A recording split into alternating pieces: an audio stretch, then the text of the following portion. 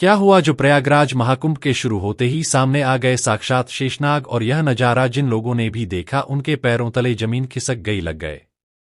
क्या है इस घटना के पीछे का रहस्य है? आखिर नाग देवता के दर्शन सही प्रयागराज का शुभारंभ क्यों माना जाता है?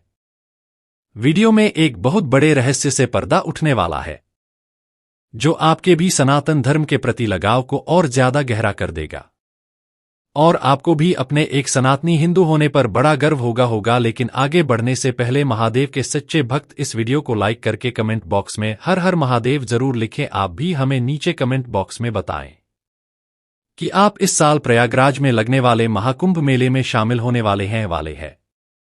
देश दुनिया से करोड़ों लोग 13 जनवरी से शुरू होने वाले प्रयास अगर आज माहौल को में शामिल होने वाले हैं।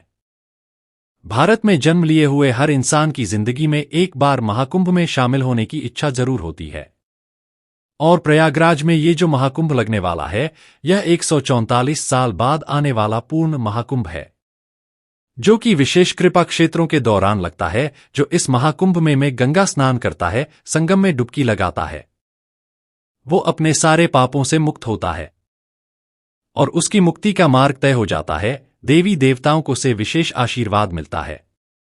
आज इस रहस्यमय चमत्कार की हम बात करने वाले हैं। घटना की शुरुआत हो रही है राजस्थान के जयपुर में रहने वाले सीमा और सुनील नाम के दो पति पत्नी से। वैसे तो सुनील एक आईटी कंपनी में सॉफ्टवेयर इंजीनियर का काम करते थे, लेकिन जब उन्हें पता चला कि महाकुंभ की तैयारियों जोरों शोरों पर है और 13 जनवरी से महाकुंभ का आयोजन होने वाला है, तो वे कुंभ मेले में जाने के लिए बहुत उत्साहित है, क्योंकि 12 साल पहले भी वे अपने पिताजी के साथ साथ प्रयागराज के महाकुंभ मेले में शामिल हुए थे।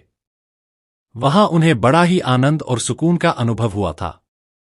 इसलिए अब वह अपने परिवार के साथ एक बार फिर 2025 के महाकुंभ मेले में जाने वाले थे। लेकिन उन्हें इस बात का अंदाजा नहीं था कि इस कुंभ मेले में उनके साथ एक बहुत बड़ी चमत्कारिक घटना होने वाली है। उत्तर प्रदेश के प्रयागराज में सुनील जी की बहन का घर था।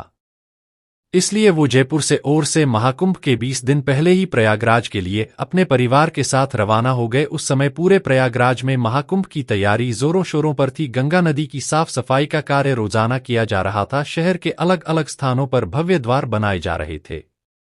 साथ ही साथ कई ऐसी विशेष तकनीक का इस्तेमाल करके महाकुंभ को बहुत ही भव्य बनाने की तैयारी हो रही थी। सुनील जी अपनी पत्नी सीमा और 10 साल की बच्ची जानकी के साथ अपनी बहन के घर प्रयागराज आए थे। वे तकरीबन 15 दिन प्रयागराज रुकने वाले थे और पूरे महाकुंभ मेले को अच्छी तरह से एक्सप्लोर करना चाहते थे। जब महाकुंभ शुरू होने का समय में जैसे जैसे नजदीक आया, वैसे वैसे देश से हजारों साधु प्रयागराज पहुंचने लगे, जिसमें कुछ साधु ऐसे थे जो लोगों का ध्यान अपनी ओर बहुत ज्यादा खींच रहे थे। जब सुनील जी अपने परिवार के साथ साल पहले दिन महाकुंभ के मेले में पहुंचे, तो उन्हें सबसे पहले एक चाबी वाले बाबा दिखाई दिए, जो कि प्रयागराज के उस महाकुंभ में सब के आकर्षण का केंद्र बने हुए थे। क्योंकि वे अपने साथ 20 किलो की चाबी लेकर चल रहे थे। उन्होंने उस चाबी को भी राम नाम की चाबी बताया था। बाबा का कहना था कि 16 साल की उम्र में ही उन्होंने अपने घर का त्याग कर दिया था, क्योंकि वे समाज में फैली बुराइयों को और नफरत को खत्म करना चाहते थे, जिसके लिए चाबी वाले बाबा ने बहुत सारी पदयात्राएं किया है कि बहुत सारी कठिनाइयां झेलनी। उनके पास 20 किलो की चाबी है और इसी चाबी के जरिए वे लोगों का अहंकार तोड़ते हैं और उन्हें अध्यात्म का रास्ता दिखाते हैं। जब सुनील जी अपने परिवार के साथ महाकुंभ मेले में और आगे हैं, तो उन्हें गंगापुरी महाराज दिखाई दिए, जो लोगों के आकर्षण का केंद्र बने हुए थे। कोई उनके पास आकर फोटो खिंचवा रहा था, तो कोई उनके साथ सेल्फी लेना चाहता था, जिसके पीछे सबसे बड़ा कारण यह था कि उनकी हाइट महज 3 फीट थी, यानी जितने में लंबाई 5 से 6 साल के बच्चे की होती है। बाबा सिर्फ उतने ही बड़े, लेकिन उनकी उम्र 57 साल की है। कम हाइट होने की वजह से जैसे लोग उन्हें छोटू बाबा के नाम से बुला रहे थे। और गंगापुरी महाराज से जुड़ी एक और बात खास निकलकर आई कि उन्होंने पिछले 32 सालों से स्नान नहीं किया था, जिसके पीछे उनका एक संकल्प था। प्रयागराज महाकुंभ में थोड़ा और आगे बढ़ने पर उन्हें एक ऐसे साधु महाराज दिखाई दिए, जिन्होंने अपने शरीर पर करीब 2 लाख रुद्राक्ष धारण कर रहे थे, जिनका कुल वजन 5 किलो से भी अधिक था। लेकिन गीत आनंद गिरी जी नाम के इन साधु महाराज को इसी वजह से रुद्राक्ष वाले बाबा के नाम से जाना जाता है रहा है, क्योंकि हाल फिलहाल में प्रयागराज के महाकुंभ में स्थित है, उन्होंने यह संकल्प लिया है कि 12 साल तक रोजाना वो 1,25,000 रुद्राक्ष धारण करेंगे।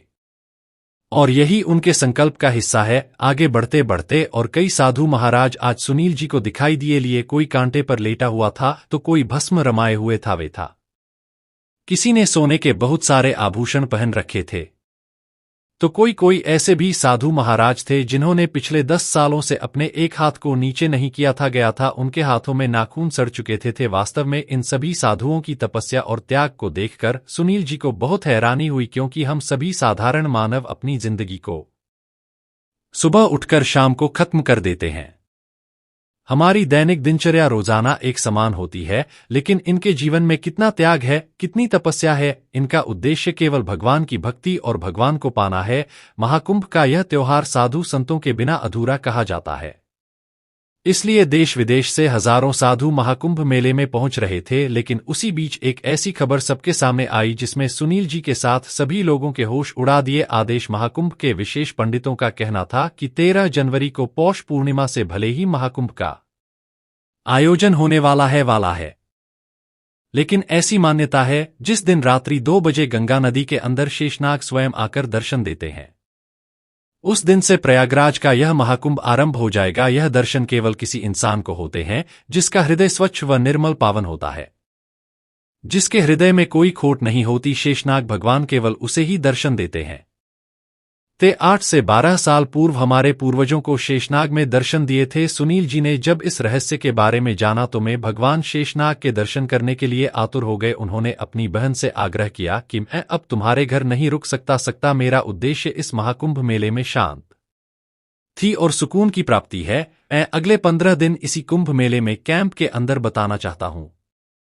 जिसके बाद सुनील जी, उनकी पत्नी सुनीता और उनकी 10 साल की बच्ची की जान की महाकुंभ में ही एक कैंप लेकर रहने लगे। वे 15 दिन महाकुंभ में रुकने वाले थे, शाही स्नान देखने वाले थे, संत गुरु का आशीर्वाद प्राप्त करने वाले थे और उनका उद्देश्य था सांसारिक जगत से दूर एक सुकून की प्राप्ति करना है।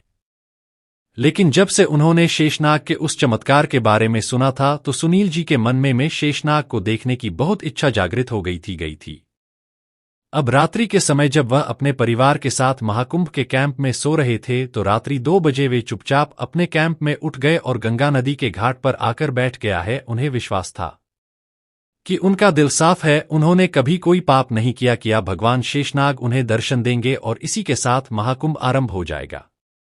लेकिन उस दिन 2-3 घंटे इंतजार करने के बाद भी उन्हें गंगा नदी के अंदर शेषनाग के दर्शन नहीं हुए। तकरीबन 4 से 5 दिनों तक उन्होंने यह क्रम जारी रखा जाएगा। वह रोजाना रात्रि 2 बजे गंगा घाट पर जाकर बैठ जाया करते थे ताकि उन्हें शेषनाग भगवानदास झंडी दे दी थी। लेकिन एक दिन भी उन्हें नाग देवता के दर्शन करने का सौभाग्य प्राप्त नहीं हुआ। अब समझ चुके थे कि शायद शेषनाग भगवान उन्हें दर्शन नहीं देना चाहते, या महाकुंभ के इस मेले में सुनील जी के 10 दिन बीत चुके थे और बीते 10 दिनों में उन्होंने कई साधु महाराज का आशीर्वाद प्राप्त क्या किया, कई सारे बेहतरीन नज़ारे देखे, में कई अधिकारियों से मिले, गंगा स्नान किया। लेकिन अब मात्र 5 दिन बचे थे।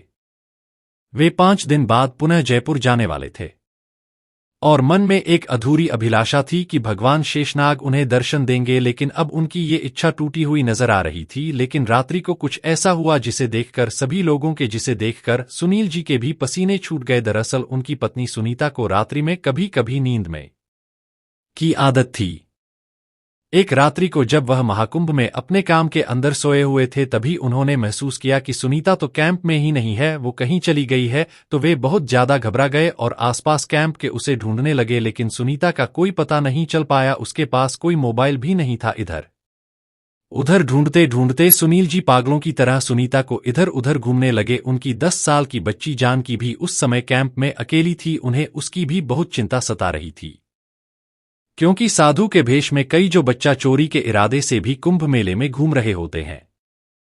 1 से 2 किलोमीटर के इलाके में छान लेने के बावजूद भी उन्हें सुनीता जी का कोई पता नहीं चल पाया। कुछ समय बाद वे 2 किलोमीटर दूर एक बहुत ही वीरान गंगा घाट पर पहुंचे, जहां पर उन्हें सुनीता जी बेसुध अवस्था में उस गंगा घाट पर सोई हुई प्राप्त हुई। उन्हें सही सलामत देखकर सुनील जी की जान में जान आई। वे सुनीता जी को जगाना चाहते थे, लेकिन ऐसा लग रहा था मानो वह भयंकर बेहोशी की अवस्था में हो। हमें अब उन्हें जगाने के लिए पानी की जरूरत थी।